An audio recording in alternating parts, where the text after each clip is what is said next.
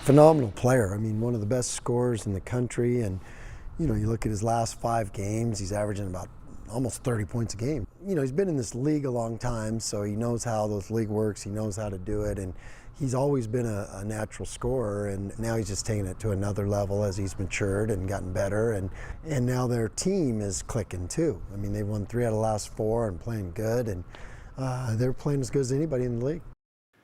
Leon Rice and the Broncos hosting UNLV tonight. Pretty simple for Boise State this evening. Make a rebel other than Bryce Hamilton beat you. Hamilton, the leading scorer in the Mountain West Conference at 21 points per game. The Southpaw has scored at least 30 points in 4 of UNLV's last 7 games. Now this one going on as we speak, right down to the wire. There's just under 2 minutes to go in this one. So unfortunately, we can't show you highlights, but we can provide an update for you. UNLV had a 36-29 lead at halftime. Hamilton had 18 in the first half. Broncos 1 of 9 from distance in the first half.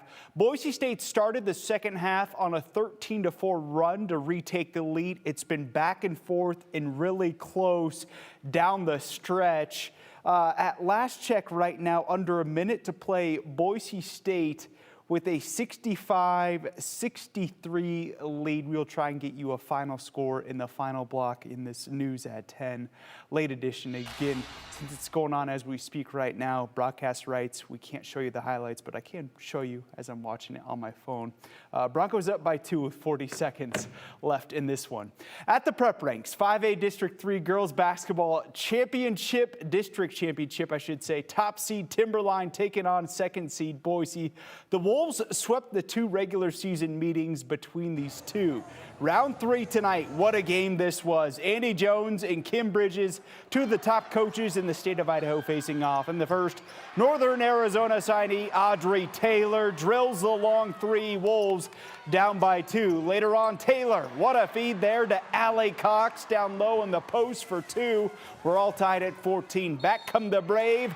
Ella Nelson on the drive. The hoop and the contact. Her free throw would tie things up. Student section loving it. Late in the first half, sophomore Avery Howell.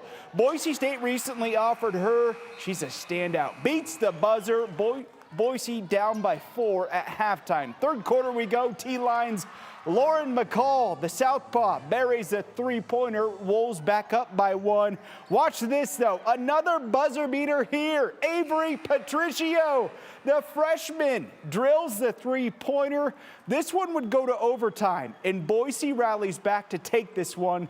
Congrats to the Brave. Here's to hoping we see round 4 next week at the Idaho Center. Out in Caldwell, some more basketball highlights for you. Colby Blaine and the College of Idaho hosting Northwest tonight. Pick things up in the second half. Former Fruitland standout Jake O'Neal on the attack, gets it to go off the glass. Yotes up 55-50. Later on, Johnny Radford, what a dish there to Ivory Miles Williams, 2 of his 8 points. Ivory with 7 boards as well tonight. Speaking of nice feeds, here's another one. Charles Elzy, what a find to Cutting O'Neal. Jake's 14 points, 10 of them coming in the second half. And the exclamation right here off the miss, the offensive board.